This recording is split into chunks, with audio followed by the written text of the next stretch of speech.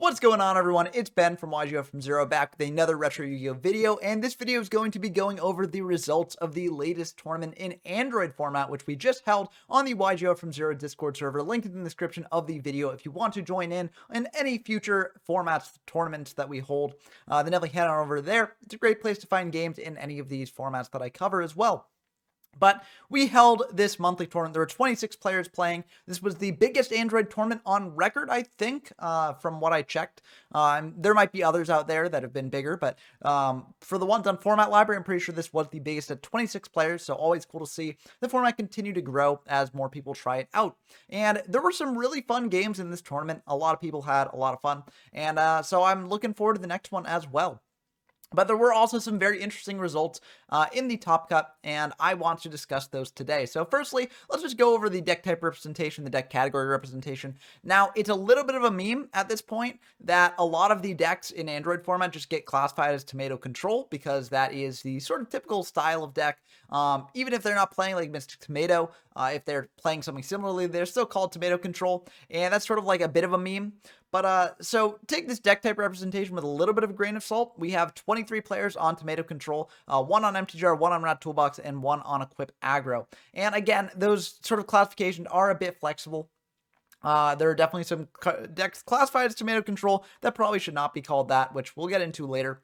But I will say that, even if there are some that don't quite meet the criteria of being Tomato Control, I still think, like, the overwhelming majority of decks played here are just decks trying to do the typical sort of standard beast spellcaster style stuff. So you just play aggressively with your beaters, Kaiku the Ghost Destroyer, Bazoo the Soul Eater, and Gemini Elf, and you just try and get in that way over your opponent. So that deck still is, I think, the best deck in the format, and that's sort of been shown by playing here. Equip Aggro did have a stint in the last Android format tournament. It did make it to Top Cut. Unfortunately, did not make it here, and only one player was playing it. But maybe in the future, people will experiment with that more and, sort of bring it higher than here. But I'm not really going to go too much deeper into the deck type representation because this format is pretty homogenous. I'm not sure if it's quite tier 0, but I think it could definitely classify as that if you want to call it that. So, it's good to keep in mind going forward that this is pretty much a tier 0 format and that pretty much every deck you're going to see is going to be largely going for the same game plan. That being said, there are still some major differences in how they actually bring that game plan about. So let's dive into the top 8 deck lists and see how each player sort of approached their deck build. First up, we got Dump Truck's list here, and Dump Truck actually went undefeated in Swiss, which does show the power of this list. Again, it's a typical standard, like, Beast Spellcaster list, but some things that I want to sort of point out for, if you're looking at these lists and sort of watching what key details are important here, I want to point out the number of beaters, namely Bazoo the Soul Eater, Kite the Ghost Destroyer, and Gemini Elf, as those ratios vary from player to player, and it's one of the key places where you can sort of see variation and differences. I also want to point out the trap lineup used. Pretty much everyone's playing like Imperial Order, Call the Haunted, Jars of Greed, Mirror Force, and Skull Lair. But in terms of like trap holes and torrential tributes, that often does vary from player to player. So in this case, Dump Truck is just playing the one torrential tribute in the main. They've got another torrential tribute in the side and a trap hole in the side as well. Also, some key things to look at is how many Fissures people are playing. Fissure is also a card that sort of, varies from deck list to deck list. But it's a great way to deal with the opponent's beater and bring out one of your own. Also, Magician of Faith. Generally, people are playing at least one Magician of Faith, but, whether you want to play more than one is up to you because it is a very powerful card. But I will say that it is a bit of a slow card. And in a format like this, which is very tempo-based, having a turn where you just set a monster might not always be the best thing in the world.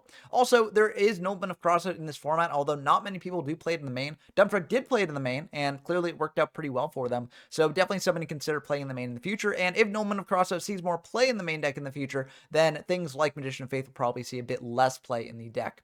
But besides those notes, the deck is pretty standard. It's got Sangan, Witch, 3 tomatoes, so this deck actually does live up to the title of Tomato Control. Also a cancel to bring out Tomato Search with Sangan or Witch to close out the game. Jinzo as well. The spells are pretty much all these standard power spells. The traps are pretty much the standard power traps plus Jars and Skull Lair and things like that. And the side deck, a lot of these side decks I think are kind of just sort of in a nebulous state because in a sort of, this format's been tested, but like, I would say that there are definitely still open questions in the metagame and things that people are still trying to experiment with. And when you have formats like that, oftentimes the side decks are basically built to be like, okay, what if I want to test out this sort of thing in the main deck? Not every side deck is like that.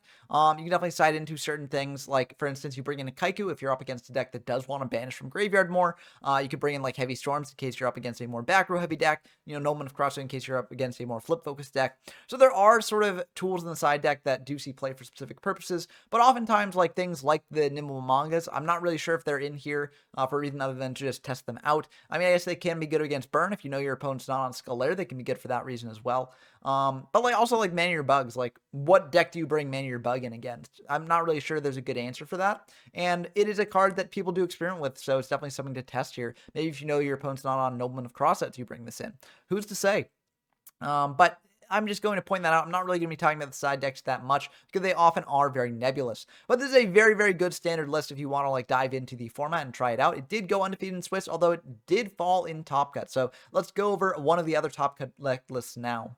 Next up, we've got Kesha's list, and this is also classified as tomato control because it's got 3 tomatoes in it. But, pointing out the things that I mentioned, looking at the beater ratio, there are 2 Bazoo, 2 Kaiku, 2 Gemini Elf, which is a pretty standard ratio that you'll see often. People like 2 of these. They can search them out off of Witch to sort of search whatever one they need. We also see triple Nimble Manga in the main deck. This is something that people have experimented with in the past because it does deck thin a little bit. It also gains you life points, and life points is very important in this format. It maintains board presence, so that's pretty good as well. It does have some flaws in this format. For instance, Skull Lair being so prevalent, if these Mamangas do get flipped up, then it's very easy to pop with Skull Lair, so it can prevent going really aggressive with those monsters there. And also, the opponent does vouch in the form of things like Nobleman of Cross or things like that. So these are a bit worse after siding as well. But they are interesting to experiment with. I'm glad that people are testing it out. And it's cool to see in the main deck here. Now, some other things to note. Magician of Faith at 1 copy here, as opposed to the 2 in Dump Trucks list. In terms of, sort of protective traps, there are 2 traps tributes, no trap holes, but there is a Magic Cylinder as well. Very interesting tech. That doesn't really see much play, but it is a cool card to see and can deal a bit of burn damage out of nowhere for your opponent, so that's kind of cool. And that's going to pretty much do it for all the interesting things that I notice in the main deck here. No Fissures. That is something interesting to note. But if you're playing more TTs, then Fissure isn't really as important, I think. And also, if you got the mangas, you can sort of wall up a little bit better. So that's something to note as well. Yeah, I don't really see too much spicy sort of things of note to talk about here. Yeah, so this is a pretty standard list, pretty good list here. And yeah, another one that's like, if you want to start out with a sort of basic sort of control list, this is definitely one that you can try out.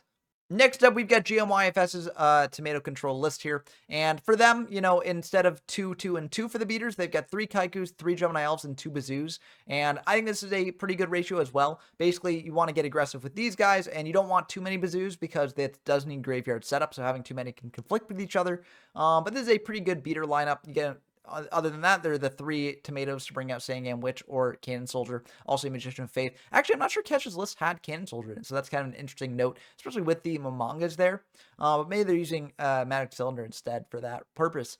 1 Fissure in the main deck as well.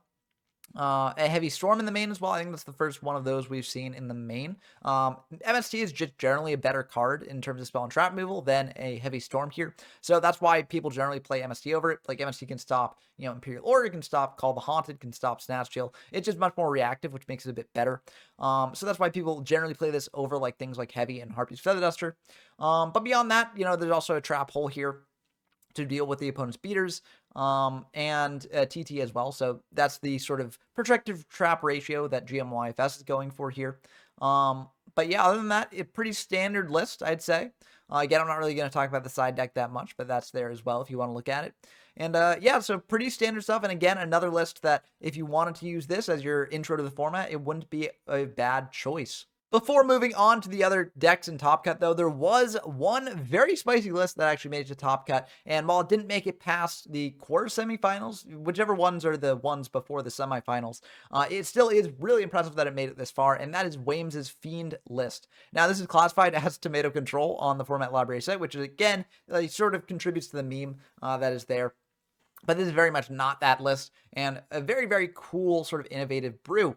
It's basically using fiend monsters like Lejin, Giant Germ, Earthbound Spirit, etc., to fuel Dark Necrofears, bring out Dark Necrofear. It's a pretty decent boss monster that can then take control of an opponent's monster as well. So that's pretty cool. And this deck does have some pretty big weaknesses. For instance, Kaiku can really give it a hard time if that gets established, but that's why the deck is playing Triple Fisher. It's also on Triple Trap Hole as well.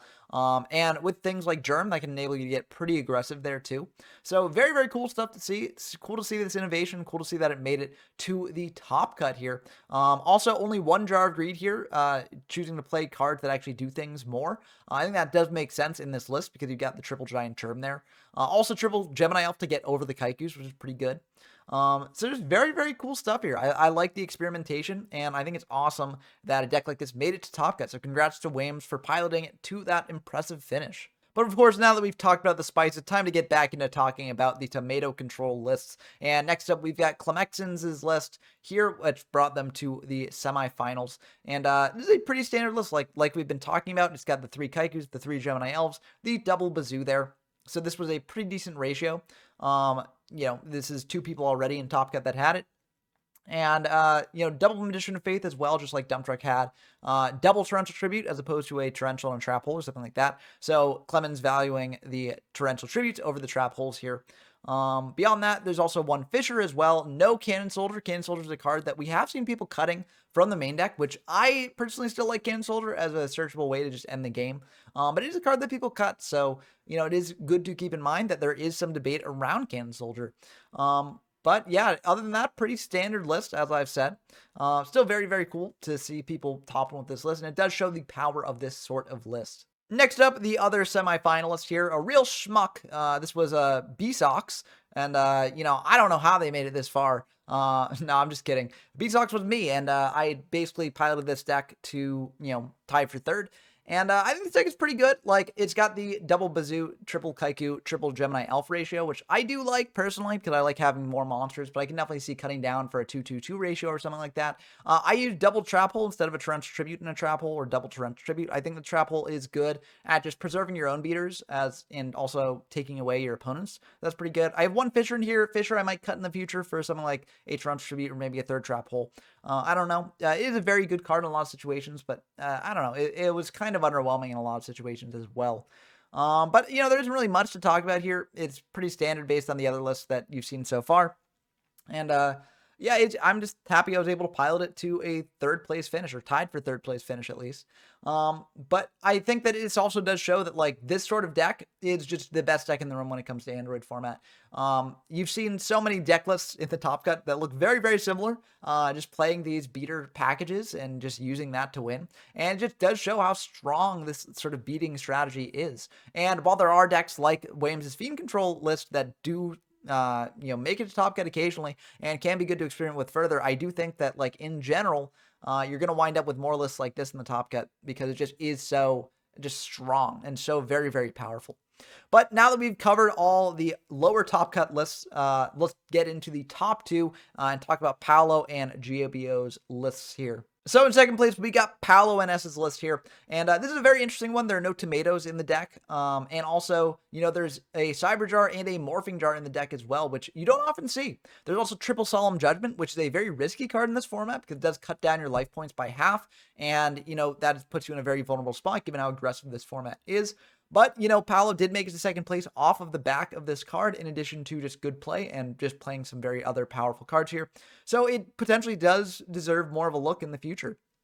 Now, some interesting things here as well is that, Heavy Storm with triple MST is the Spell and Trap removal package. So even though they do have Solemn Judgments here, they're fine just going full in on the double Heavy Storm triple MST to preserve their beaters coming down here. They're on 3 of each beater as well, which makes sense with the Solemn Judgment package too.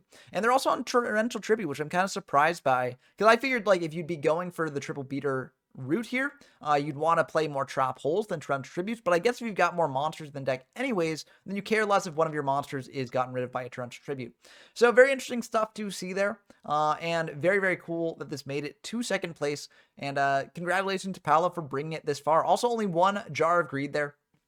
Good to note. And also, no Cannon Soldier in the main deck, which has been a surprising trend about Top Cut here. Maybe people are going to be playing less Cannon Soldiers. Maybe because people are playing less Cannon Soldiers, Solemn was a little bit better. It's unclear, but this did make it to second place here in some very, very close finals. Definitely check out that final stream that we did the other day if you haven't seen that already. But without further ado, let's dive into the topping list piloted by GBO. Okay, lastly here, we've got the winning list by GBO, and you'll notice here that unlike a lot of the other topping lists, this list is just on 2 Bazoo, 2 Kaiku, and 2 Gemini Elf. Also, no Cannon Soldier in the main, just like a lot of the other topping lists. So, again, maybe Cannon Soldier is a bit overrated in this format. Maybe it's something that people will not really be playing as much in the future. But, some other things to note here. Double Time Seal. Time Seal is a similar card to Jar of Greed, where it fills up your graveyard, while also, sort of doing something similar in terms of card advantage. Jar of Greed draws you into a card. Time Seal deprives your opponent of a card. So those are both sort of interesting things to look at there. Also, triple Trench Tribute and 1 Trap Hole, going all in on a lot of traps with this monster lineup as well. I feel like if you're going for the 2-2-2 ratio, I feel like Trap Hole is probably a little bit better than going for the TTs here. But clearly this was good enough for GBO, and it worked out in their favor. So, what do I know? Definitely something to experiment with more in the future. The Torrential Tribute versus Trap Hole ratio is definitely something that's ever changing in this format, and something that keeps needing to be experimented with. So I encourage people to try it out more in the future if they want to try out this format for themselves. Another interesting note here is there is a Premature Burial in the deck. Premature Burial is a card that a lot of decks aren't playing. It does die to MST. It also dies to Imperial Order. But to be fair, a lot of things die to Imperial Order, and, having another MST target for your opponent to hit is still pretty good. It does cost you 800 though, which is kind of unfortunate, but if you are playing a lower monster count like this, it does make sense to have another revival card in the deck, so it makes sense for being there in that way. But very cool stuff. No Cannon Soldier in the main here as well, so again, something to experiment with in the future. But also a Magician of Faith in the main, and yeah, I mean, as I said earlier, a lot of these lists are very, very similar, and so there won't really be much to discuss by and large about these lists as a whole. But I do think that they do show that there isn't one solidified best version of the top deck in this format, because there are still ratios to play around with and certain tech cards to include or not include. So I do think that this was very exciting to see the Solemn deck top that Palo was playing. I think it's very exciting to see all these different ratios and see people cutting Cannon Soldier. That would have been a mainstay in this deck in past iterations of this tournament. So I hope that people continue to experiment with this format in the future, despite it being largely dominated by one deck. I think that Williams' list does show that there is some innovation going on outside of this one deck. But I will say, I'll make a tier list for this as well. And I do think that, this list is basically tier 0. This is basically a tier 0 format. You get a first tier 0 format, you could say. And I think that, because of that, it makes for some very intense games, but it also can turn people off if they don't like that sort of thing. I encourage you to try it either way if you are sort of tier 0 format averse, but it definitely isn't everyone's cup of tea. That being said, I hope that people still continue to try out this format, and I hope that you all enjoyed this sort of tournament breakdown here. So that's going to do it for this video. Until next time, I've been Ben from YGO from Zero, and I'm signing off.